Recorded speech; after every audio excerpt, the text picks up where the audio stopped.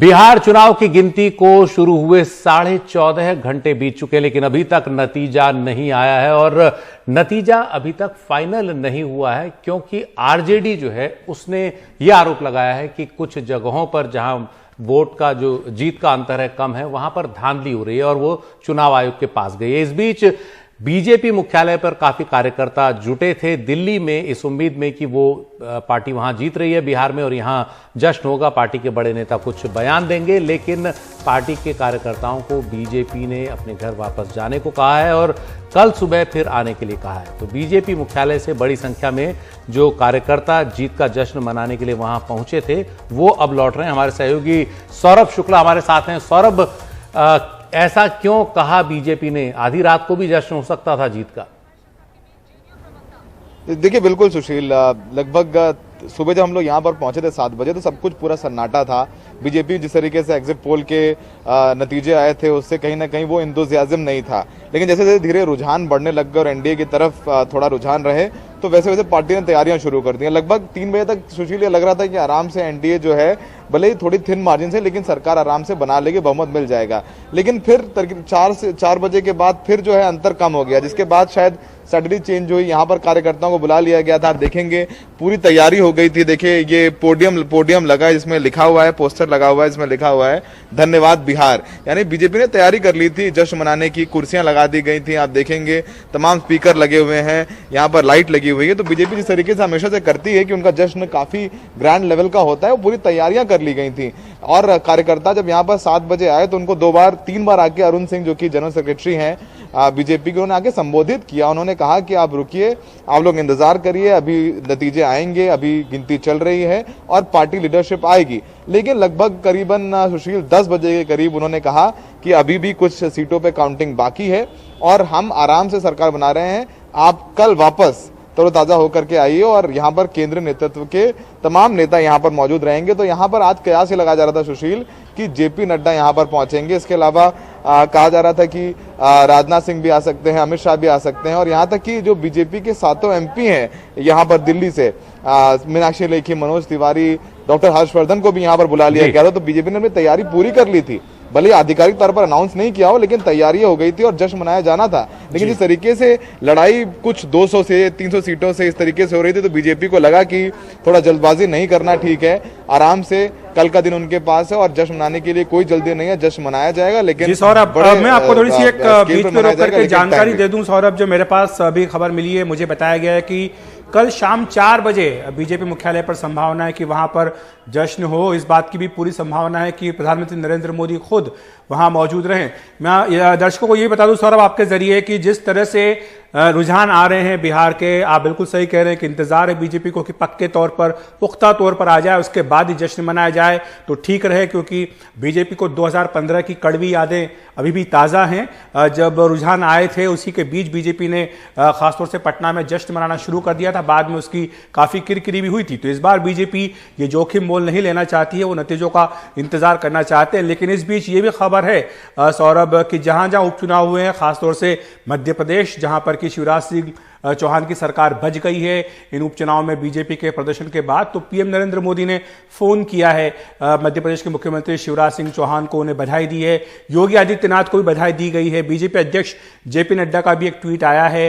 गुजरात में बीजेपी ने जिस तरह से 8 के 8 उपचुनाव जीते, वहां भी बधाई दी गई है। मनीष कुमार हमारे सहयोगी पटना से हमारे साथ जुड़ गए। मनीष, एक तरफ तो बीजेपी का जो जश्न है वो रुका हुआ है, कार्यकर्ताओं से 3 बार पहले कहा गया कि आप रुकें, उसके बाद अब उनको कह दिया गया कि अपने घर जाइए। कल उनको फिर से बुलाया गया है, कल शायद 4 बजे जश्न हो। लेकिन दूसरी तरफ एक रस्साकशी चल रही है चुनाव आयोग को लेकर के। आरजेडी कांग्रेस जो है वो चुनाव आयोग का दरवाजा उन्होंने खटखटाया है। मनोज झा कम से कम 6 से 7 बार वो अभी तक मीडिया के सामने आ चुके हैं। आरजेडी ने एक सूची भी ट्वीट की थी जिस पर चुनाव आयोग ने अपना जवाब दे दिया है। तो ये जो रस्साकशी चल रही है, इसके बीच कब तक तस्वीर साफ होने की संभावना है? आज मध्य रात्रि तक सब कुछ स्थिति साफ हो जाएगी, लेकिन अभी तक के जो रुझान है, जो भी चुनाव परिणाम है, उससे ये लग रहा है कि एनडीए को बहुमत का आंकड़ा यानी कि 122 से अधिक कुछ सीटें मिलेगी। ये 125 तक भी जा सकते हैं। अधिकतम जो है ये 126 का आंकड़ा होगा और जो महागठबंधन है वो 109 से लेके 111 सीटों तक उसे प्राप्त होगी।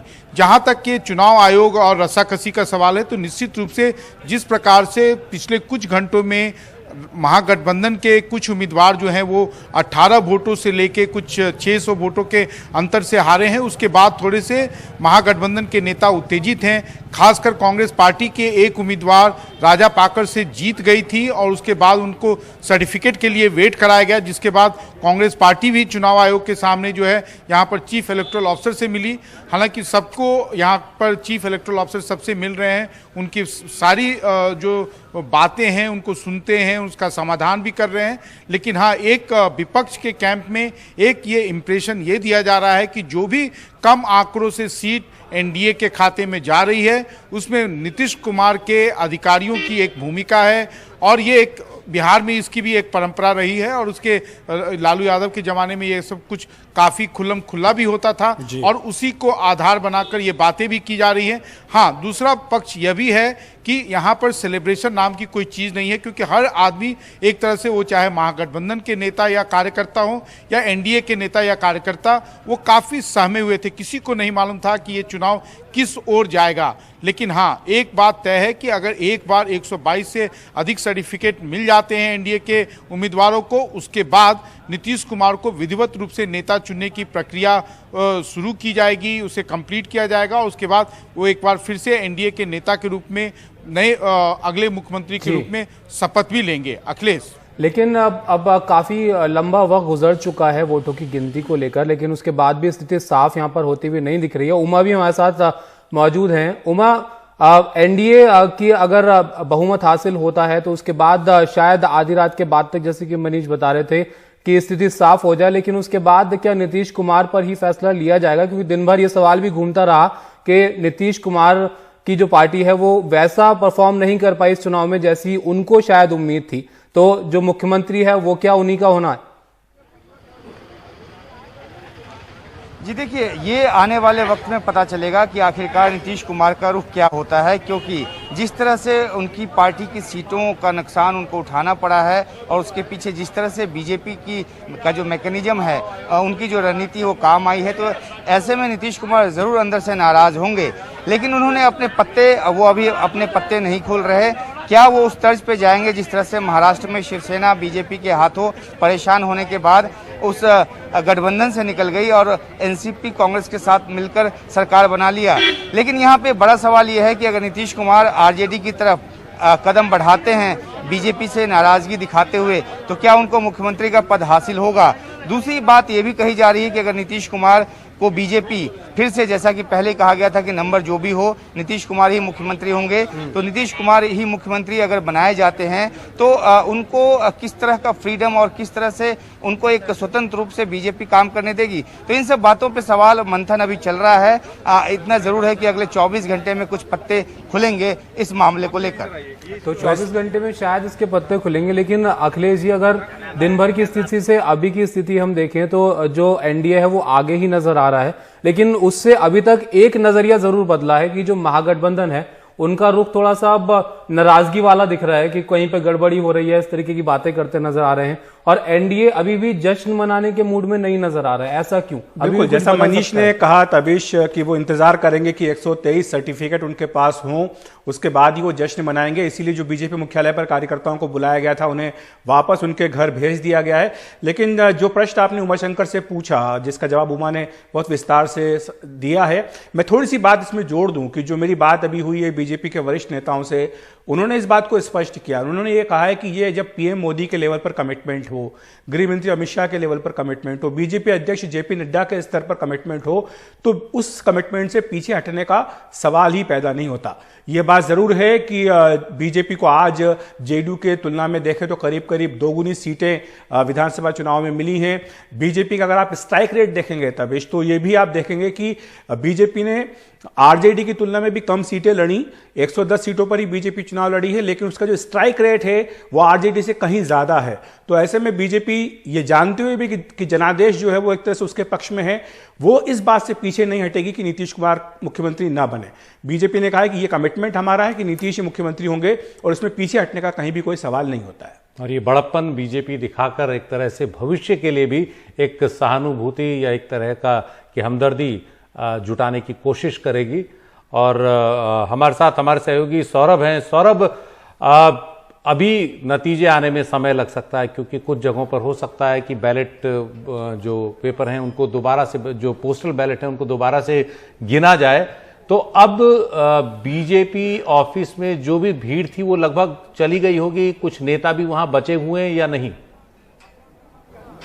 देखिए बिल्कुल सुशील, अभी पूरा बीजेपी ऑफिस खाली होता नजर आया, लेकिन कुछ कार्यकर्ता वो अब भी यहाँ पर बैठे हुए हैं, इंतजार कर रहे हैं कि शायद कुछ उनको कहा जाए, कोई बड़ा नेता मिले, क्योंकि अभी भी जो पार्टी के जनरल सेक्रेटरी ऑर्गेनाइजेशन है BL संतोष वो अंदर मौजूद हैं, अरुण सिंह जो हेडक्वार्टर इंचार्ज हैं वो अंदर मौजूद हैं, डॉक्टर हर्षवर्धन भी, मीनाक्षी लेखी भी अंदर मौजूद हैं। एक शायद रणनीति बनाई जा रही है कि कल किस तरीके का जश्न हो दिल्ली में, तो जिस तरीके से अखिलेश जी बता रहे थे कि कल प्रधानमंत्री मोदी के आने की भी संभावना है, संसदीय बोर्ड की बैठक भी हो सकती है, तो बीजेपी भी चाहेगी जिस तरीके से उम्मीद से ज्यादा उनको अच्छे नतीजे मिले हैं, चाहे वो मध्य प्रदेश हो, चाहे वो गुजरात हो, खासकर उत्तर प्रदेश में 7 सीटें जीती हैं बाई पोल्स में, तो बीजेपी ने इस तरीके से प्रदर्शन रहा है बाई पोल्स और खासकर बिहार में, और बिहार में कहीं ना कहीं सिंगल लार्जेस्ट पार्टी के लिए RJD और उनके बीच 1 या 2 सीटों का ही अंतर है। तो ऐसे में बीजेपी के लिए विन विन सिचुएशन है। और जिस तरीके से हमेशा अखिलेश जी और मनीष जी जैसे बताते रहे कि हमेशा जो JDU है, नीतीश कुमार हमेशा से बड़े भाई की रोल में रहे हैं, भले ही वो इस बार मुख्यमंत्री बने क्योंकि जो बीजेपी के कहना है, लेकिन इस बार बीजेपी की धाक इस सरकार में ज्यादा होगी, उनके मंत्री ज्यादा होंगे और शायद कहीं ना कहीं उनका से ज्यादा होता है। ऐसे में बीजेपी के लिए सौरभ, मैं आपको रोकूंगा, एक सवाल मेरा उमा शंकर से। उमा, तेजस्वी आज कहां है? दिन भर एक भी झलक तेजस्वी यादव की दिखाई नहीं दी।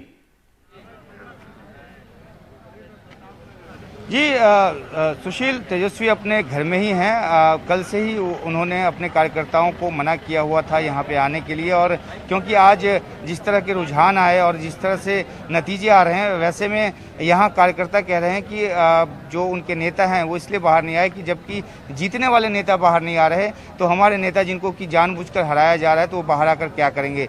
तो इस तरह की फीलिंग यहाँ कार्यकर्ताओं में है, लेकिन तेजस्वी यादव अपने घर के अंदर ही हैं। जाहिर है उनको अंतिम नतीजे का इंतजार होगा, और जिस तरह की एक खींचतान चुनाव आयोग खींचतान को लेकर चुनाव आयोग पहुंची है कांग्रेस पार्टी और RJD, तो चुनाव आयोग ने आश्वासन तो दे दिया है, लेकिन लगता है कि इस आश्वासन के बाद ज़्यादा कुछ होना नहीं है। अब ये रूटीन मामला बन गया, और अब जो अंतिम नतीजा आ जाएगा उसी के हिसाब से आगे सरकार बनेगी, और अब RJD के लिए बहुत ज़्यादा कोई गुंजाइश बची नज़र नहीं आती।